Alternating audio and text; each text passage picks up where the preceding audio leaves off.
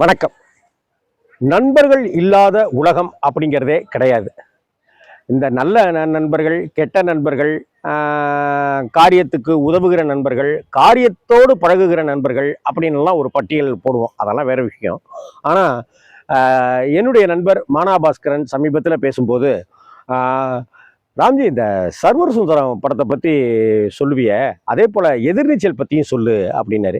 எதிர்நீச்சல் படத்தை பற்றியும் சமீபத்தில் சொன்னேன் அப்படின்னு சொன்னேன். இல்லை ராம்ஜி, அந்த எதிர்நீச்சல் படத்தை பற்றியே ஒரு 15-25 காட்சிகளை ரொம்ப அழகாக சொல்லுவையா, மனசுக்கே ஒரு மாதிரி இருக்கும் அப்படின்னு சொல்லுவார்.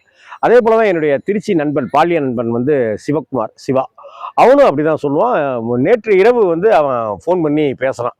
அப்போ கிருத்தியா தான் எடுத்தான். அதுக்கப்புறம் அவன் பேசும்போது, மாப்பிள்ளை பேசுகிறா அப்படின்னு சொல்லிட்டு சொன்னான்.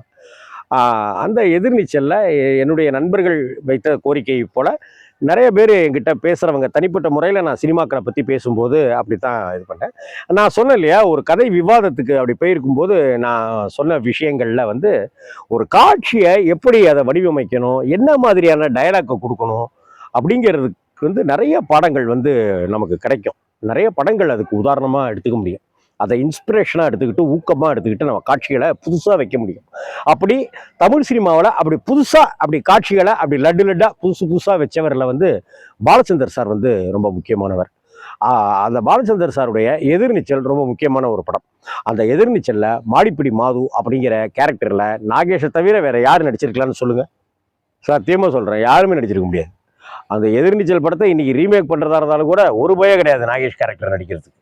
அந்த படத்தில் ஒரு பல காட்சிகள் ரொம்ப என் மனசை கவர்ந்த காட்சிகள் இருக்குது. அதில் ஒரு காட்சி, ஒரு டயலாக், ஒரு காட்சியும் சிறப்பாக செதுக்கப்பட்டிருக்கணும், ஒரு வசனமும் சிறப்பாக அப்படி கையோடு அப்படி ஒன்று சேரணும். அந்த நடிகர்களுடைய எக்ஸ்பிரஷனும் பிரமாதமாக இருக்கும். கதையில் எதிர்நீச்சல் படத்தில் அந்த ஒன்று கொடுத்தன வீடுகள் ஒரு 6-7 இருக்கும். அதில் ஒருத்தங்க வீட்டில் மூக்குத்தி காணாமல் போகும், நாயர் முத்துராமனுடைய வாட்சி காணாமல் போகும், அவங்களுடைய டெரிகாட்டன் சட்டை காணாமல் போகும், அவங்களுடைய வெள்ளி டம்ளர் காணாமல் போகும், இப்படின்னு ஒவ்வொரு பொருட்களாக அங்கே காணாமல் போயிட்டே இருக்கும்.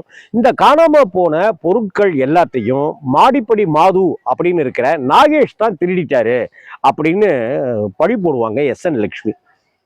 நான் திருடலிங்க அப்படின்னு சொல்லிட்டு சொல்லுவாங்க. அப்போ மேஜர் சுந்தரராஜன் என்னடா நடந்துச்சு அப்படின்னு கேட்பாரு. நாகேஷ் அந்த விஷயத்த செய்திருக்க மாட்டாரு. அந்த எஸ்என் லக்ஷ்மியோட சகோதரராக இருக்கிற தேங்காய் சீனிவாசன் தான் இதெல்லாம் செஞ்சிருப்பாரு. ஆனால் இதை பார்த்து விட்டதுனாலேயே, டேய் உனக்கு நான் சோறு போட்டு வளர்த்தலடா, அதனால நீ இதை சொல்லிடாதடா, என் தம்பி தான் இதெல்லாம் செஞ்சான்றத அப்படிங்கிறதுக்காக இருக்கும்பொழுது கூட்டம் நாகேஷை பலிகடா வாக்கிடுவாங்க எஸ்என் லக்ஷ்மி. அப்போ ஒரு அந்த சீனில் இவர் இந்த திருடிட்டா, இது காணாமல் போச்சு, இது காணாமல் போச்சு அப்படின்னு சொன்ன உடனே, ஏன் நாயர் வாட்சை விட்டுட்டீங்களே அப்படின்னு சொல்லிட்டு நாகேஷ் சொல்லுவார்.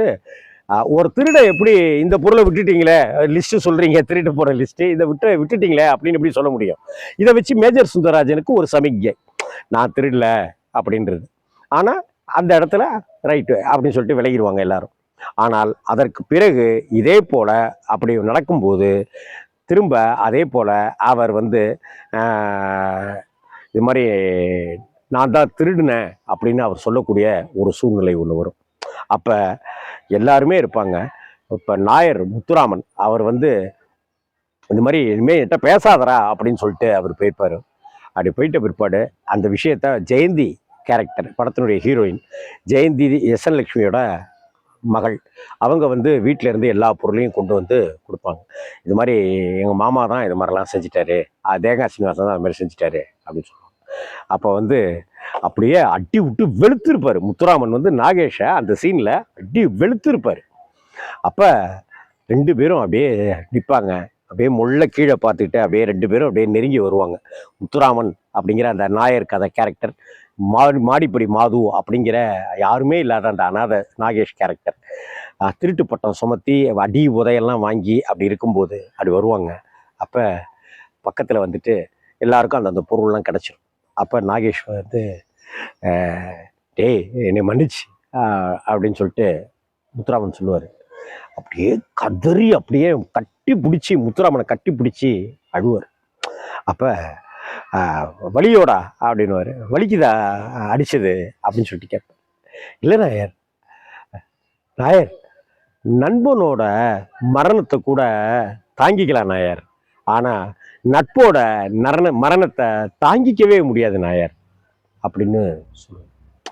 நண்பனோட மரணத்தை கூட ஒருத்தனால தாங்கிக்க முடியும், ஆனா நட்போட மரணம் இருக்குல்ல, இனிமே நீ யாரோ நான் யாரோ அப்படின்னு ஒரு இரு நண்பர்கள் பிரியறது இருக்குல்ல, அதை தாங்கிக்க முடியாது நாயர். நீ என்கிட்ட பேசாம விட்டுட்டீல நாயர், அதை என்னால தாங்க முடியல நாயருங்கிறத சொல்ற காட்சி இருக்குல்ல, பிரமாதமான காட்சி. அந்த காட்சிக்கு வேற எந்த டயலாக் நீங்க போடுவீங்க? நீங்க இதை நான் புதுசா பார்த்தேன். நண்பனுடைய மரணத்தை கூட தாங்கிக் கொள்ள முடியும், நண்பனுடைய இழப்பை கூட தாங்கிக் கொள்ள முடியும், ஆனால் நட்பினுடைய மரணத்தை தாங்கவே முடியாது அப்படின்னு அந்த எதிர்நீச்சல் படத்துல ஒரு நாயர் கேரக்டரை முத்துராமனை வைத்துக்கொண்டு, மாடிப்படி மாது நாகேஷ் கதாபாத்திரத்தை வைத்துக்கொண்டு இயக்குனர் சிகரம் பாலச்சந்தர் செதுக்கி இருக்கிற அந்த காட்சி மனசுல கல்வெட்டா பதிந்து போயிருக்கு.